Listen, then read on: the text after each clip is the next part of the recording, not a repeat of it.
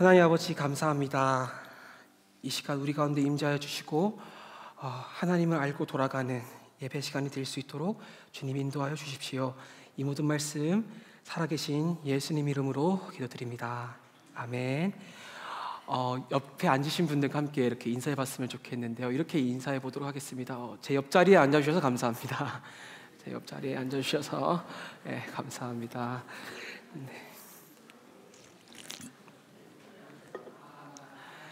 네, 다시 한 번 더 주님의 이름으로 환영합니다. 또 온라인으로 예배드리시는 분들 가운데도 동일한 은혜 있기를 소망하겠습니다. 함께 일어나셔서 하나님 말씀 받도록 하겠습니다.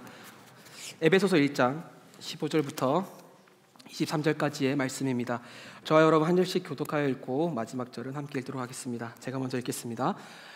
그러므로 주 예수 안에 있는 여러분의 믿음과 모든 성도들을 향한 사랑의 소식을 나도 듣고 내가 기도할 때마다 여러분을 생각하며 여러분으로 인해 감사하기를 그치지 않습니다.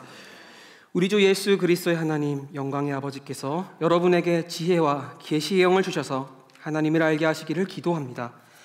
그가 여러분의 마음눈을 밝게 하셔서 하나님의 부르심의 소망이 무엇이며 성도 가운데 있는 하나님의 유업의 영광의 풍성함이 무엇이며 하나님의 힘의 능력의 역사심을 따라 믿는 우리를 위해 베푸신 하나님의 지극히 크신 권능이 어떠한지 여러분으로 하여금 알게 하시기를 기도합니다.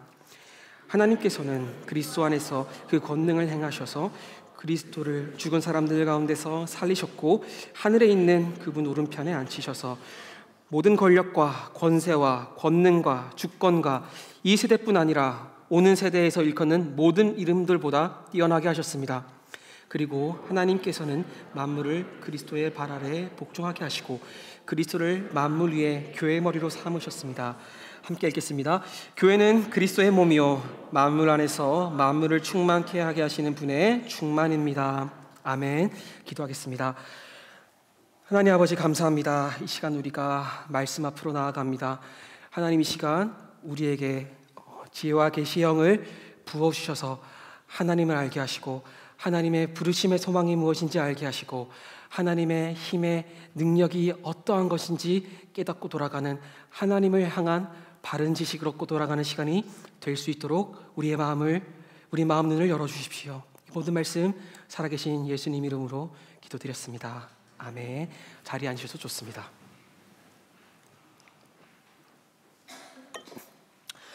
저는 우리 마음의 눈을 밝히사라는 제목으로 하나님 말씀을 나누도록 하겠습니다. 오늘 본문은 에베소 성도들을 향한 바울의 기도입니다. 에베소서에는 바울의 기도가 많이 나오는데요. 그 중에서 오늘 본문은 에베소 성도들을 향한 바울의 첫 번째 기도 내용이 담고 있습니다. 그래서 바울은 본문 17절에서 에베소 교회 성도들을 위해서 이렇게 기도하는데요. 함께 읽어보도록 하겠습니다. 시작.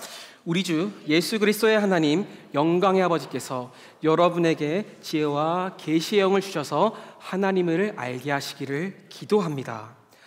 바울은 지금 감옥에 갇혀 있습니다. 그리고 감옥에서 에베소 교회 성도들의 회심과 사랑의 소식을 들었어요. 그리고 에베소 교회에 이제 회심하는 성도들이 생기고 그들이 서로 사랑하고 있다는 거예요. 얼마나 복된 소식입니까? 그래서 바울은 그들을 위해서 어떻게 기도하냐면 그들이 하나님을 알게 하시기를 기도합니다. 그러니까 바울은 지금 하나님을 전혀 모르는 비그리스도인들이 하나님을 알게 해달라고 기도하는 것이 아니라요. 오히려 하나님을 알고 회심한 그들을 위해서, 회심한 그리스도인들을 위해서 하나님을 알게 해달라고 기도하고 있습니다. 왜냐하면 우리가 그리스도인이 되었다는 것은 우리가 하나님 안에서 새롭게 태어났다는 것을 의미하는데요. 새롭게 태어난 것은 태어난 걸로 끝이 아닙니다. 새롭게 태어난 것은 그때부터 새로운 시작을 우리에게 의미합니다. 아이가 새롭게 태어났습니다. 태어난 걸로 끝이 아니죠. 아이는 자라가야 합니다. 마찬가지로 새롭게 태어난 생명은 새롭게 태어난 직후부터 자라가야 한다는 거예요. 그래서 지금 바울은 회심하여 그리스도인이 된 사람들에게 그것이 끝이 아니다 라고 말을 하고 있는 겁니다. 새롭게 하나님의 자녀가 된 그들은 하나님을 알기 위해 기도해야 한다고 말하고 있는 거예요. 특히 하나님을 아는 지식에 있어서 자라가라 라고 말하고 있습니다. 저도 개인 기도 시간에 무릎을 꿇자마자 이제 읊조리고 암송하는 구절이 바로 에베소서 1장 17절 말씀입니다. 제가 어떻게 기도하냐면 하나님 이 시간 저에게 지혜와 계시의 성령을 부어주셔서 하나님을 더 알게 해주십시오라고 기도를 해요. 제가 신학교에서 수업을 듣고 말씀을 배웁니다. 그리고 하나님에 대한 지식을 배워갑니다. 고든 코넬이 얼마나 리딩을 많이 요구하는지 정말 혀가 내둘러질 정도입니다. 그렇게 주석과 경건서적을 읽으면서 말씀을 배우고요, 하나님에 대한 지식을 습득합니다. 그런데 또 설교를 준비하며 원어로 성경도 읽고 묵상합니다. 근데 제가 이 모든 과정을 통해서 어떤 걸 기도하냐면 하나님, 신학적 지식을 얻는 것도 중요하지만 하나님을 더 깊이 알게 해달라고 기도를 해요. 왜냐하면 사도 바울도 결국 다른 무엇보다도 그리스도 예수를 아는 지식이 가장 고상하다라고 말하고 있기 때문입니다. 바울은 누구보다 말씀을 잘 알고 있었고요, 부활하신 그리스도를 다메섹 도상에서 만난 사람입니다. 그러나 그는 그리스도 예수를 아는 지식을 얻기를 소망합니다. 주 안에서 사랑하는 나자짐 교회 성도 여러분 기도 가운데 예수님을 더 알게 해달라는 기도가 혹시 포함되어 있으신가요? 그리스도를 아는 지식은 이 땅을 살아가는 우리에게 참 기쁨과 행복을 주는 가장 고상하고 참된 지식입니다. 그래서 예수님을 아는 것은 옵션이 아니라 필수적인 것입니다. 그래서 저는 오늘 본문을 통해 하나님을 아는 지식이 무엇인지 3가지로 나누어 설명하겠습니다. 저는 본문을 통해 첫 번째, 하나님의 부르심의 소망이 무엇인지 말씀드리겠습니다. 두 번째로, 하나님의 힘의 능력이 무엇인지 말씀드릴 겁니다. 마지막으로 그러한 축복이 주어진 근거가 무엇인지 말씀드리겠습니다. 하나씩 살펴보며 은혜를 나누도록 하죠. 첫 번째입니다. 하나님의 부르심의 소망이 무엇인지 말씀드리겠습니다. 본문 18절입니다. 함께 한 목소리를 읽어볼까요? 시작. 그가 여러분의 마음 눈을 밝게 하셔서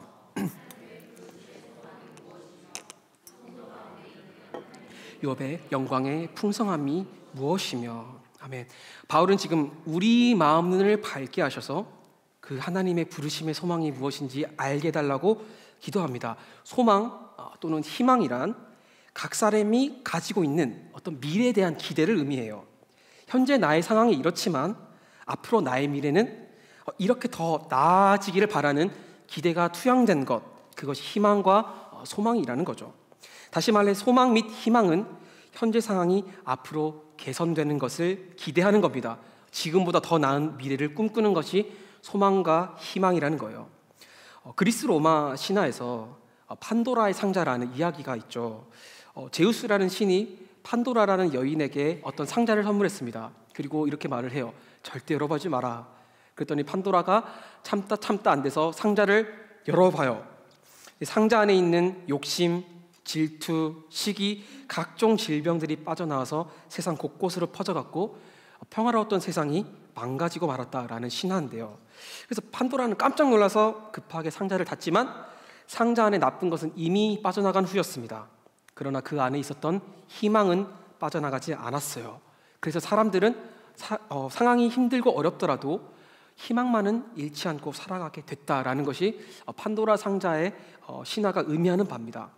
그러니까 이 신화에 따르면 소망과 희망은 불만족스럽고 힘겨운 현실을 견디게 해주는 가능성과 같다고 할 수 있어요. 만약 우리에게 앞으로 우리의 삶이 현실이 개선되고 만족스러워질 것이라는 소망과 희망조차 품을 수 없다면 우리는 현실을 견뎌낼 동력과 힘을 잃어버립니다. 그리고 기독교에서 말하는 소망은요, 소망의 주체와 근거가 어디에 있는지 분명히 말해줍니다. 그리스도인이 가지는 소망의 주체와 근거는 하나님이라는 거예요. 왜냐하면 바울은 하나님의 부르심의 소망이 무엇인지 알게 되기를 기도하고 있기 때문입니다. 그리스도인에게 소망이 있습니다. 왜냐하면 하나님이 우리를 부르셨기 때문이고요, 부르심의 주체는 하나님입니다.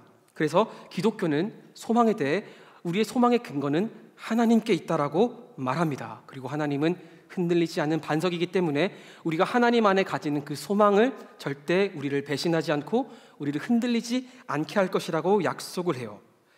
그러나 만약 우리가 하나님이 아닌 다른 것에 소망을 둔다면 우리의 삶은 아주 흔들리게 될 겁니다. 그리고 무너지게 될 겁니다. 저는 여기서 대표적인 무신론 철학자 한 명을 소개하려고 합니다. C.S. 루이스는 아닙니다. 프리드리히 니체라는 철학자예요.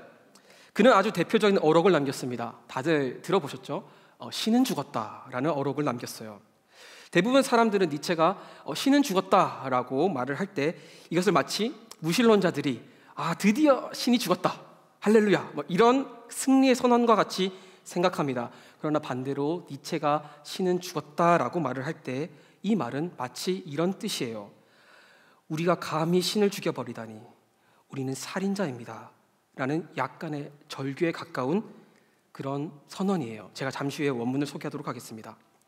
어쨌든 니체는 당시 유럽 사회와 문화의 근본이 되는 기독교가 인간 자아의 이성 또한 합리성 그리고 과학에 의해서 공격받고 무너지고 있음을 포착했습니다. 기독교와 하나님은 유럽 문화와 사회를 떠받치고 있던 절대적 기반과 같았어요. 그러나 수차례의 종교 전쟁으로 기독교에 대한 신뢰는 감소했고요. 진화론, 과학혁명과 과학 문명의 발전에 따라 기독교의 권위와 신뢰는 땅에 떨어지고 맙니다. 그리고 데카르트가 또 이런 말을 했죠. 오늘따라 철학자 인용이 많네요. 데카르트가 이런 말을 했죠. 나는 생각한다, 고로 존재한다 말한 이후 사람들은 종교와 하나님이 아닌 인간의 생각하는 힘, 다시 말해 인간 이성과 합리성에 희망을 걸기 시작했습니다. 그래서 셰익스피어의 4대 비극 중 하나인 햄릿이라는 책에 보면 햄릿이 이런 말을 하잖아요. 죽느냐 사느냐 그것이 문제로다 라고 말을 해요. 셰익스피어는 숙부가 왕의 자리를 탐내서 자기의 형을 죽여버립니다. 그 형은 햄릿의 아버지였죠. 그리고 자기가 왕의 자리에 앉습니다. 햄릿은 자기 아버지가 어떻게 죽었는지 몰랐어요. 그러다가 아버지가 유령이 되어 나타난 유령을 만납니다. 그리고 아버지는 유령으로 나타나 햄릿에게 자기가 어떻게 죽었는지를 상세하게 말을 해줬어요. 그러나 햄릿은 그 유령의 말을 받아들이지 않습니다. 고뇌하고 생각합니다. 이 유령의 말을 따라서 정말 그 숙부를 죽여야 하는지 아니면 내가 죽어야 되는지 죽느냐 사느냐 그것이 문제로다라고 말을 해요. 햄릿은 전통과 권위 그리고 천상의 존재로부터 주어지는 계시를 그대로 받아들이지 않았습니다. 만약 데카르트 이전의 시대였다면 햄릿은 유령의 말을 그대로 받아들였을 거예요. 그러나 근대적 인간, 즉 인간의 이성과 합리성에 희망을 둔 이 햄릿은 아버지가 유령으로 나타나 진실을 말해줄지라도 그것을 고지것대로 믿지 않습니다. 그리고 인간의 이성과 합리성을 바탕으로 이 말을 믿을지 말지를 결정해요. 그리고 증명을 통해 이 유령의 말이 맞았구나라고 증명한 후 그 다음에 믿습니다. 이처럼 데카르트를 통해 시작된 인간 이성과 합리성을 신뢰하고 그것에 희망을 두는 경향은 니체의 시대에 이르러 점점 더 가시화가 된 겁니다. 그래서 니체는 유럽 사회의 문화의 기초가 되는 이런 기독교가 제 역할을 하지 못하고 있다고 판단했어요. 그래서 니체는 신은 죽었다라고 선언합니다. 그 원문을 소개해드리겠습니다. 잘 들어보십시오. 광인이 그들 가운데로 뛰어들어 매서운 시선으로 바라본다. 신은 어디로 갔는가? 라고 그는 소리를 지른다. 나는 당신에게 그것을 말하려고 한다. 우리는 신을 죽였다. 당신과 내가. 우리는 모두 신의 암살자이다. 그리고 니체는 신의 죽음이 유럽 사회에 가져올 끔찍한 재앙까지도 예측했습니다. 니체는 신의 죽음은 마치 빌딩 맨 아래 주춧돌을 빼는 것과 같다라고 얘기를 했어요. 그래서 사람들은 신을 죽인 후 신이라는 이 절대적 기반을 대체하기 위해 여러 가지를 시도하겠지만 절대 신을 대체할 수 없을 거라고 보았습니다. 인간의 이성과 합리성을 통해 어떻게든 신을 대체하기 위해 노력하겠지만 그 모든 노력은 실패로 돌아갈 것이라고 했어요. 그래서 니체는 20세기를 신의 그림자들의 시대라고 했습니다. 놀랍게도 니체는 사회주의 또는 공산주의가 신의 그림자로 나타날 것을 예측했습니다. 사회주의 또는 공산주의야말로 인간의 희망과 소망을 담고 있는 이데올로기죠. 사회주의와 공산주의가 정말 제대로만 실현될 수 있다면 이 땅은 거의 천국과 같은 곳이 될 것입니다. 그러나 인간 이성을 통해 나타난 사회주의와 공산주의는 사람들을 대량 학살시켰습니다. 독일의 나치를 탄생시켰고요. 아우슈비츠라는 끔찍한 지옥을 만들어서 유대인의 600만 명을 학살했습니다. 그리고 전쟁이 일어나서 유럽은 쑥대밭이 되었습니다. 이처럼 인간은 신의 자리를 인간 이성과 합리성이라는 것으로 대체하여서 자신의 미래를 꿈꿀 수 있다고 생각했어요. 인간의 이성과 합리성을 따라가면 지금보다 더 나은 미래를 소망할 수 있을 거라고 믿었습니다. 하지만 그 결과는 피로 가득한 재앙이었습니다. 과학은 어떨까요? 우리는 과학이 발달하면 우리의 삶이 나아질 거라고 생각합니다. 그런데 발달된 과학기술은 온갖 무기를 만들어냈습니다. 그리고 세계대전을 일으켰고요. 그것도 모자르지 않았는지 핵무기까지 만들었습니다.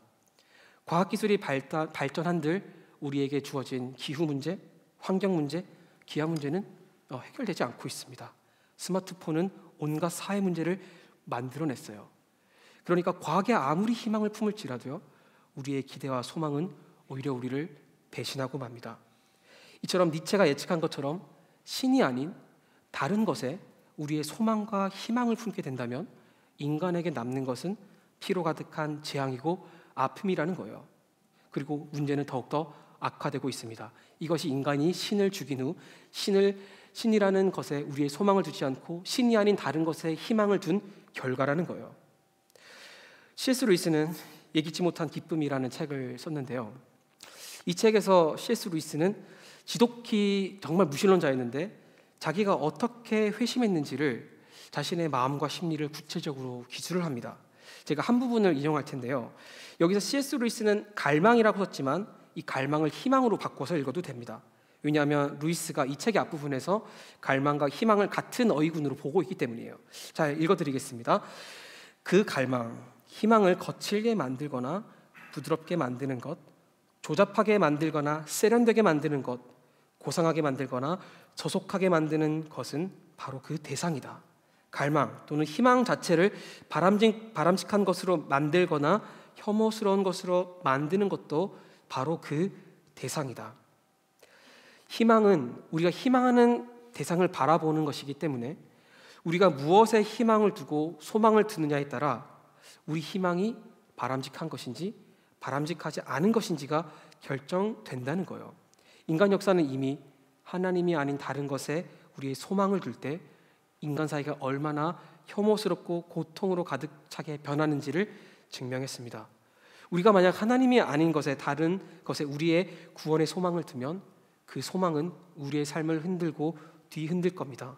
그리고 우리 사회를 혐오스럽게 만들 것입니다. 단순히 우리 인간 이성과 합리성의 소망을 두는 것 외에도 만약 커리어가 내 미래의 소망이라면, 사람들의 관계와 인정 속에서 나의 미래의 소망을 두고 있다면, 그것이 자녀이든 돈이든 그 무엇이든지 상관없습니다. 하나님이 아닌 다른 것에 나의 소망의 근거를 둔다면 내 삶은 무너지고 말 겁니다. 왜냐하면 커리어와 돈, 관계 등 하나님이 아닌 다른 모든 것은 절대적이지도 않고요. 그리고 완전하지 않기 때문에 변할 수 있기 때문이에요. 만약 커리어에 우리 소망을 두고 있다면요, 내 커리어가 흔들릴 때 우리 삶은 완전히 더 크게 흔들리는 것을 경험할 겁니다. 마치 1층에서의 작은 떨림은 고층에서 더 큰 흔들림으로 느껴지는 것과 같습니다. 그러나 하나님은 흔들리지 않습니다. 하나님은 굳건한 반석이시며 변하지 않는 분입니다. 그래서 우리를 부르신 하나님께 우리의 소망을 둔다면 우리는 어떤 상황에서도 흔들리지 않게 될 것입니다. 로마서 11장 29절은 이렇게 말을 합니다. 하나님의 은사와 부르심에는 후회하심이 없느니라. 우리를 향한 하나님의 부르심에는 후회하심이 없다는 거예요. 그분의 부르심은 상황에 따라 변하지도 않고요, 실패하지도 않습니다. 우리가 이러한 변함없는 하나님께 우리의 소망을 둔다면 우리는 절대 배신당하지도 않을 것이고 비참해지지도 않을 것입니다. 그분은 우리를 배신하지 않기 때문이에요. 그러나 하나님이 아닌 다른 모든 것, 그러니까 그 자체로 선한 것일지라도 그것이 내 소망의 근거가 된다면요, 우리는 그 소망에 의해 배신당하게 될 것입니다. 이것이 인간 역사가 명백히 증명하는 바이며 우리의 삶 속에서도 우리가 이미 경험하고 있는 현실입니다. 그러므로 우리를 부르신 하나님께 우리의 소망을 줍시다. 우리를 부르신 하나님께 우리의 소망의 근거를 두며 하나님을 우리의 소망과 희망으로 바라보는 것이 하나님을 알게 되는 첫 번째 지식입니다. 그럼 두 번째로 넘어가 보겠습니다. 하나님의 힘의 능력의 크심을 말씀드리겠습니다. 본문 19절입니다. 함께 읽어볼까요? 시작. 하나님의 힘의 능력의 역사심을 따라 어떠한지 여러분으로 알기 하여금 기도합니다. 아멘. 바울은 지금 하나님의 힘의 능력의 역사하심을 따라 우리에게 베푸신 하나님의 능력이 무엇인지를 알게 하기를 기도하고 있습니다. 바울이 이 지극히 크신 능력이 무엇인지를 본문 20절에서 설명하고 있어요. 하나님께서는 그리스도 안에서 그 권능을 행하셔서 그리스도를 죽은 사람 가운데서 살리셨고 하늘에 있는 그분 오른편에 앉히셔서, 그러니까 우리 안에 역사하시는 하나님의 이 권능은 그리스도를 부활시킨 권능이었다는 거예요. 그래서 D.A. 칼슨이라는 탁월한 성경신학자는 본문을 주석하면서 이렇게 말을 했습니다. 하나님의 전능함에 대해서는 권능의 정도를 측정할 수 없습니다. 하나님이 빛을 창조하는 것이 화산으로 산을 날려버리는 것보다 더 어려울까요? 그래서 하나님의 영광과 권능이 드러나는 것은 그리 크고 놀랍거나 극적인 일이라고 볼 수는 없습니다. 오히려 하나님의 능력은 혁명적인 사건과 같습니다. 그리고 이곳에서의 초점은 그리스도의 부활에 있습니다. 하나님의 전능하심은 어떤 권능의 정도를 측정할 수 없을 정도로 강력하며 어떤 혁명적인 변화를 우리에게 가져온다는 거예요. 그리고 그분의 전능하심을 가장 잘 드러낸 사건이 그리스도의 부활이라는 거죠. 그리고 그리스도를 죽음에서 부활시킨 힘은요, 모든 만물을 그리스도의 발 아래에 복종시켰습니다. 그러한 하나님의 혁명적이며 엄청난 정도를 측정할 수 없을 정도로 강력한 능력이 신자들 가운데서 역사한다는 거예요. 그것이 부활의 능력입니다. 그런데 여러분, 우리가 여기서 기억해야 할 것은 인간이 감당할 수 없는 힘과 능력을 가지게 되면 인간은 불행해진다는 겁니다. 제 외국인 신학생 친구들은 스시를 굉장히 좋아합니다. 제가 그 기숙사에서 김밥을 자주 만들어 먹는데요, 이게 스시처럼 생겨서 그런지 이게 스시냐고 묻더라고요. 그래서 제가 This is 김밥이라고 한국말로 아주 정확하게 얘기를 해줬는데, 몇몇 친구들은 농담으로 이러더라고요. Hey 순우, this is fake 스시, 그러는 거예요. 김밥을 보고 그건 가짜 스시야 라고 하는 거예요. 그래서 제가 어떻게 그럴 수 있냐며 친구들과 김밥과 스시에 대해 토론하며 김밥의 위대함을 제가 강력히 설파했습니다. 어쨌든 제가 외국인 친구들과 주말이나 주중에 아주 가끔 이렇게 스시를 먹으러 가는데, 그런데 이상하게 이렇게 스시를 먹으러 갈 때마다 친구들이 이런 질문을 해요. 만약 초능력 하나를 가질 수 있다면 어떤 능력을 가지고 싶어? 신학생들이라 성경이나 하나님 얘기만 하는 것은 아닙니다. 이런 쓸데없는 얘기도 합니다. 그러니까 어떤 친구는 자기가 가고 싶은 곳을 1초 만에 갈 수 있는 그런 순간이동 능력을 갖고 싶다는 거예요.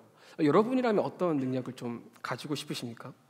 근데 저는 이제 그 순간이동 얘기를 듣는데 그 능력은 되게 별로 안 갖고 싶은 거예요. 왜냐하면 저는 여행을 굉장히 좋아하는데요, 저에게 여행이란 여행지에 도착하기 전부터 시작합니다. 비행기 티켓팅을 최저가로 검색하는 그 즐거움, 그리고 캐리어에 짐을 이렇게 깔끔하게 차곡차곡 쌓아가는 재미, 또한 새벽 아침에 일어나서 공항에 가가지고 공항의 그 분위기도 느끼고 출국 수속도 밟고, 그리고 또 비행기 게이트 앞에서 약간 있어 보이게 책도 읽고 또 노래도 이렇게 듣는 이 모든 과정이 저에게 여행이었어요. 근데 그런 모든 과정이 사라진다고 생각하니까 그러면 저에게 여행의 의미가 그렇게 크게 없을 것 같은 거예요. 그래서 순간이동 좋긴 하지만 그 능력을 내가 갖게 된다면 내가 시간과 재정을 들여서 여행을 준비할 때 느끼는 그 설렘과 기대감을 느낄 수 없을 것 같았어요. 그래서 언제나 이렇게 내가 갈 수 있다면 그거는 여행이 아니라 그냥 동네 한 바퀴 도는 것과 다름이 없잖아요. 그래서 저는 순간이동 별로 안 갖고 싶다 이렇게 생각을 하고 있었어요. 친구들이 저에게 그래서 너는 어떤 초능력을 갖고 싶냐라고 물어봤는데 저는 정말로 별로 갖고 싶지가 않았습니다. 그래서 정말 저에게 이제 5분만 줘라고 생각해 봤는데 진짜 생각이 안 나더라고요. 그래서 별로 안 갖고 싶을 것 같다라고 재미있게 얘기를 했습니다. 제가 이 얘기를 하는 이유는요, 인간이 감당할 수 없는 능력이 주어졌을 때 그 순간은 즐거울 수 있습니다. 하지만 인간이 감당할 수 없는 능력을 얻게 된 이후에는 인간만이 누릴 수 있는 인간다운 삶을 누릴 수 없게 됩니다. 심지어 불행해지기까지 하죠. 그래서 로또에 당첨된 사람이 갑자기 주어진 엄청난 재정을 관리할 능력이 없을 때 그의 삶은 이전보다 더 불행해지는 것과 같습니다. 또한 날카로운 칼을 어린아이에게 주어진다 그러고 생각해 볼게요. 그러면 이 아이는 칼을 잘 다룰 수 없는 능력이 없기 때문에 그 칼은 아이를 다치게 할 수도 있습니다. 이처럼 인간은 스스로가 감당할 수 없는 능력을 얻게 된다면 행복해질 수 없습니다. 그러나 유일하게 세상에 그 어떤 것보다 더 크고 위대한 능력이지만 그것이 인간에게 주어졌을 때 인간을 불행으로 빠뜨리지 않는 힘이 있습니다. 그것이 하나님의 권능하신 능력이라는 거예요. 하나님의 능력의 핵심인 부활의 권능은 인간에게 주어지고요, 인간을 충만히 채우지만 절대 인간을 파괴하지 않습니다. 오히려 인간을 인간되게 하고 인간다운 삶을 살아가게 합니다. 왜냐하면 부활은요, 인간에게 가장 궁극적인 목적인 하나님을 향해 살아가게 하는 것이기 때문입니다. 로마서 6장 10절부터 11절입니다. 제가 읽어드리겠습니다. 그가 죽으심은 죄에 대하여 단번에 죽으심이요 그가 살아계심은 하나님께 대하여 살아계심이니 이와 같이 너희도 너희 자신을 죄에 대하여는 죽은 자요 그리스도 예수 안에서 하나님께 대하여는 살아있는 자로 여길지어다. 바울은 지금 로마서에서 그리스도의 부활은 하나님께 대하여 살아가는 것이라고 말을 합니다. 그리고 그리스도의 부활에 생명이 주어진 신자들은 하나님께 대하여 살아가게 된다라고 바울은 말을 해요. 우리에게 우리 자신이 감당할 수 없는 엄청난 능력이 주어진다면 그 능력은 우리를 파괴합니다. 우리의 삶의 의미를 앗아갈 겁니다. 하지만 우리에게 주어진 부활의 권능은 우리에게 충만히 채워지지만 절대 우리의 삶을 파괴하지 않고요, 오히려 부활의 능력은 인간이 살아가야 할 절대적인 의미와 방향을 제시해 줍니다. 그럴 때 우리는 정말로 의미 있고 자유로운 삶을 살아갈 수 있어요. 웨스트민스터 소유리 문답의 제일 첫 번째 질문은 우리에게 이렇게 묻습니다. 사람의 제일 되는 목적은 무엇입니까? 그리고 이렇게 답을 합니다. 사람의 제일 되는 목적은 하나님을 영화롭게 하는 것과 그를 영원토록 즐거워하는 것입니다. 사람이 사람으로 살아가기 위해서, 사람답게 살아가기 위해서 가장 필요한 것이 무엇이냐면 하나님을 영화롭게 하는 것이고요, 하나님을 즐거워하는 것이라는 거예요. 이것이 바로 인간이 지음받은 목적에 따라 살아가는 것입니다. 그리고 이것을 가능하게 하는 능력과 권능이 부활입니다. 그래서 우리가 부활의 능력에 따라 살아갈 때 우리는 정말 의미와 기쁨과 자유함 속에서 살아가게 됩니다. 그러나 만약 다른 것을 향해 살아간다면 그 자체가 죄가 아니라 선한 것일지라 할지라도요, 그것을 위해서 살아간다면 우리의 삶은 마치 죽은 것과 다름없고 뭔가 살아가고는 있지만 의미 없는 것처럼 느껴지게 될 것입니다. 불의 전차라는 영화를 제가 좀 소개하고 싶어요. 1924년 파리올림픽을 배경으로 한 실화 바탕의 영화입니다. 1924년 파리올림픽에서 영국 육상 대표 선수로 발탁된 두 청년이 주인공이에요. 한 명은 유대인 집안 출신의 청년 헤럴드 아브라함이고 또 다른 한 명은 독실한 기독교 신자인 에릭 리들이라는 사람입니다. 헤럴드는 유대인이란 이유로 영국 주류 사회에서 차별과 멸시를 당했어요. 그래서 그는 어떻게 해서든 자기가 진짜 영국 시민인 것을 증명하기 위해 살아갑니다. 그래서 달리기에 어느 정도 재능이 있었던 그는 영국 육상 국가대표로 이제 발탁돼서 금메달을 따내서 자신의 존재를 증명하기 위해 힘을 써요. 지금 저렇게 열심히 힘을 내고 있는 장면이 나오고 있습니다. 그리고 헤럴드는 영국 육상 국가대표로 발탁돼요. 그리고 그의 주종목은 100m 달리기입니다. 그와 동시에 독실한 기독교 신자인 에릭은 자신에게 빠르게 달리는 재능을 통해 하나님을 전하기 위해서 달리기 대회에 출전하고요, 그리고 국가대표로 발탁됩니다. 또한 그의 주종목도 100m 달리기였어요. 그는 하나님이 자신에게 빨리 달리는 재능을 주셨고 그냥 달릴 때 기쁨을 느낀다고 합니다. 어쨌든 이제 헤럴드는 라이벌인 이제 에릭을 이기기 위해서 이제 금지된 사설 코치까지 고용을 해요. 지금 여러분 오른편에 있는 그 사진이 금지된 사설 코치를 이제 고용해서 열심히 훈련에 매진하는 거예요. 왜냐하면 에릭을 이겨서 금메달을 따내야만 자기를 증명할 수 있고 자기 삶이 의미가 주어진다라고 생각하기 때문입니다. 그래서 헤럴드가 달리는 이유는요, 그가 살아가는 이유는 달리기 그 자체에 있는 게 아닙니다. 에릭을 능가하고 자신의 삶을 증명하기 위해요. 함이에요. 그래서 그것을 위해 자신을 채찍질하고요, 열심히 살아갑니다.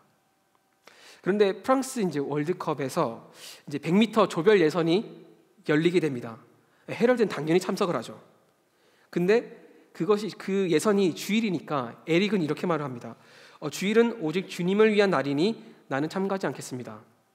그리고 예선 경기를 포기합니다. 온 영국이 난리가 났습니다. 심지어 영국의 왕자까지 그를 설득하기 위해 나섭니다. 우리 나라를 위해 좀 달려주십시오. 딱 하루만 눈 감아 주십시오. 그러나 에릭은 이렇게 말을 해요. 나는 내 조국 영국을 사랑하지만 나는 예수님을 더 사랑합니다. 라며 끝까지 출전을 거부합니다.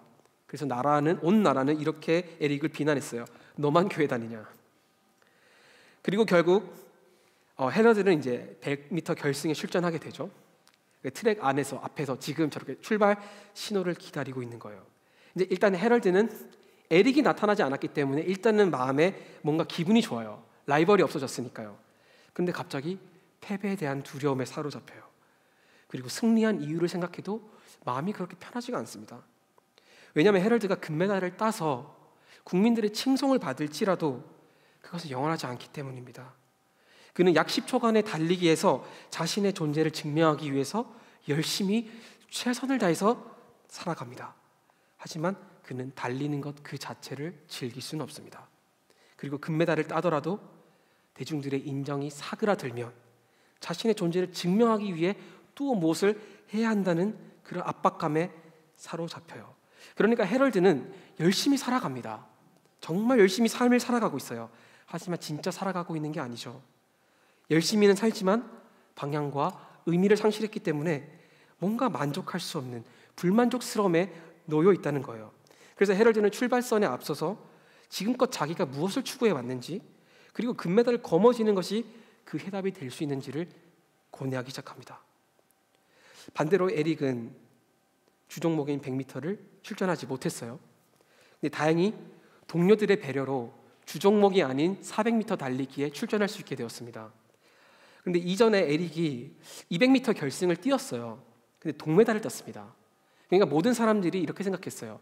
400m를 달려봤자 메달을 또 못 따겠구나 라는 생각을 했어요. 그런데 에릭은 400m에서 금메달을 따내고요, 심지어 47.6초라는 세계 신기록을 세웁니다.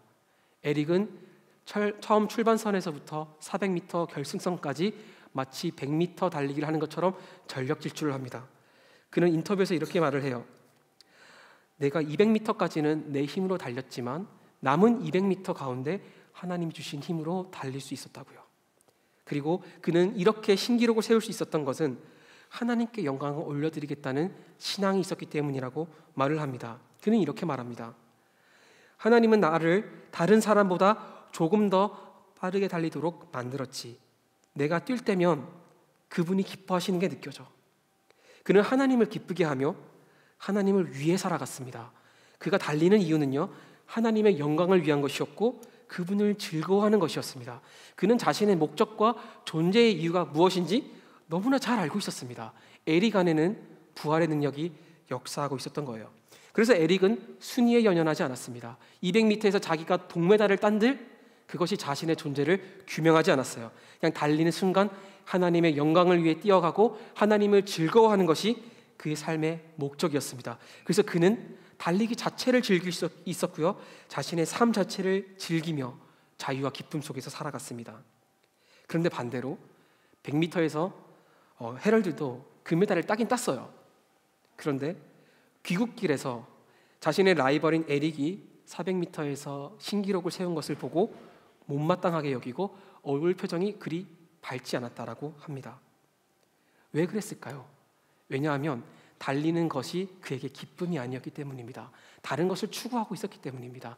여러분, 우리가 살아갈 때 하나님의 영광을 위해서 또 하나님을 즐거워하는 것을 목표로 살아가지 않는다면 우리가 아무리 좋은 목표를 추구할지라도 그 좋은 삶은 우리에게 의미를 부여할 수 없습니다. 우리를 뭔가 불만족스럽게 만들 것입니다. 그 일을 통해서 나의 존재를 계속 증명하려고 하고요, 하지만 증명하지 못함을 보고 결국 결핍을 느끼게 될 것입니다. 다시 말해 하나님이 아닌 다른 목적을 추구할 때 우리는 그 목표의 노예가 되고 맙니다. 무엇인가 쫓기고요, 결여되었다, 불충만하다는 그런 느낌을 가지고 살아갑니다. 하지만 에릭이 보여주는 것처럼 부활의 능력은 우리로 하여금 하나님을 향해 살아가게 합니다. 그리고 그 능력은 우리를 파괴하지 않고요, 우리를 노예로 만들지 않습니다. 오히려 정말 인간이 창조된 목적에 따라 우리가 살아갈 수 있는 힘과 능력을 불어넣습니다. 하나님의 영광을 위해 또 그분을 즐거워하며 살아가게 하는 것으로요. 인간은 궁극적인 존재와 목표를 설정하며 그것을 소망할 때에만, 그리고 그것을 향해 살아갈 때에야만 인간의 삶은 비로소 의미가 주어지게 됩니다. 그럴 때 우리는 정말 자유와 기쁨 속에서 이 땅을 살아갈 수 있게 됩니다. 여러분, 기독교는 단순히 우리에게 죄를 안 짓게 만들어주는 종교가 아닙니다. 기독교는 궁극적이고 절대적인 존재와 목표를 만났기 때문에 우리가 이전에 모르던 자유와 기쁨을 누리며 그분을 영원히 즐거워하며 기쁨과 자유함 가운데서 살아가도록 해주는 종교예요. 이러한 능력이 성령 안에서 부활의 능력을 통해 주어졌다는 것입니다. 이처럼 바울은 에베소 교회 신자들에게 수많은 그런 기도 제목이 있었겠지만 하나님의 부르심의 소망과 하나님의 크신 능력이 어떠함을 알게 되기를 기도한 것입니다. 이것이 하나님을 알 때 우리가 그의 기업의 풍성함을 누릴 수 있게 되는 것입니다. 그래서 바울은 다른 무엇보다도 가장 처음으로 성도들을 위해 기도할 때 하나님을 알게 해달라고 기도한 것입니다. 그럼 세 번째로 넘어가 보겠습니다. 이러한 축복이 우리에게 주어진 근거는 무엇일까요? 본문 22절, 23절입니다. 제가 읽어드리겠습니다. 그리고 하나님께서는 만물을 그리스도의 발 아래 복종하게 하시고 그리스도를 만물 위에 교회의 머리로 삼으셨습니다. 교회는 그리스도의 몸이요 만물 안에서 만물을 충만하게 하시는 분의 충만입니다. 네, 그리스도는 교회의 머리이시고요, 교회는 그리스도의 몸입니다. 그리고 교회는 만물 안에서 만물을 충만케 하시는 분의 충만을 입은 공동체라는 거예요.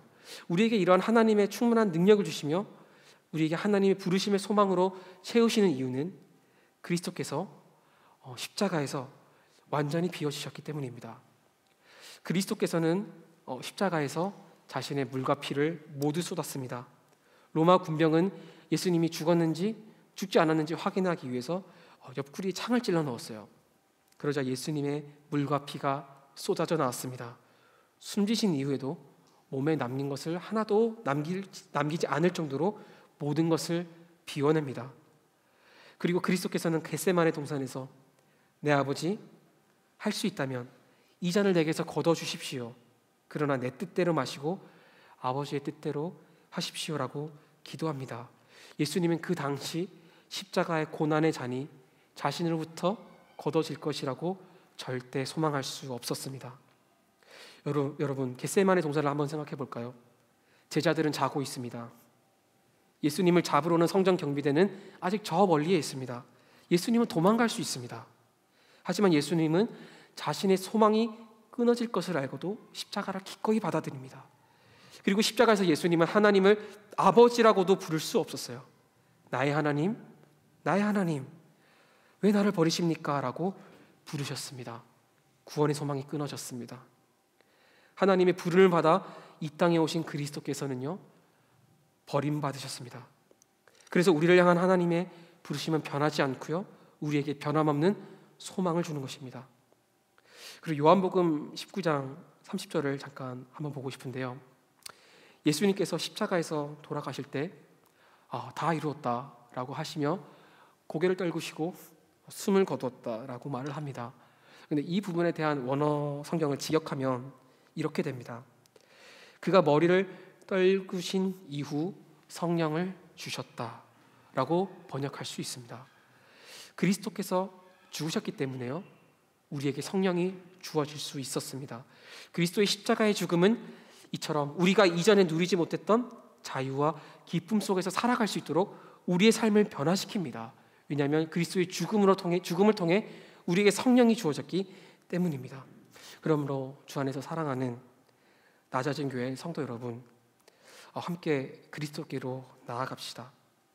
그리스도의 십자가의 사랑은요, 우리의 희망이자 소망입니다. 세상에 어떤 신이 자신을 비워가며 자신의 소망조차 버리고 생명도 버리며 인간을 사랑하겠습니까? 자신을 비워가며 자신의 능력을 우리에게 충만하게 채울 정도로 그분은 우리를 위해 모든 것을 비워내셨고 우리를 사랑하셨습니다. 그리스도께서 소망이 끊어지심으로 우리에게 주신 하나님의 소망은 끊어지지 않을 겁니다. 하나님께 소망을 줄 때 여러분의 삶은 절대 흔들리지 않을 것입니다.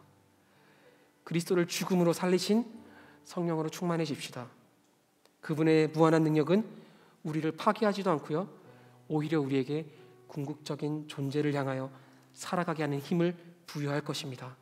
그렇다면 우리는 이전에 누리지 못했던 자유와 기쁨 속에서 살아가게 될 것입니다.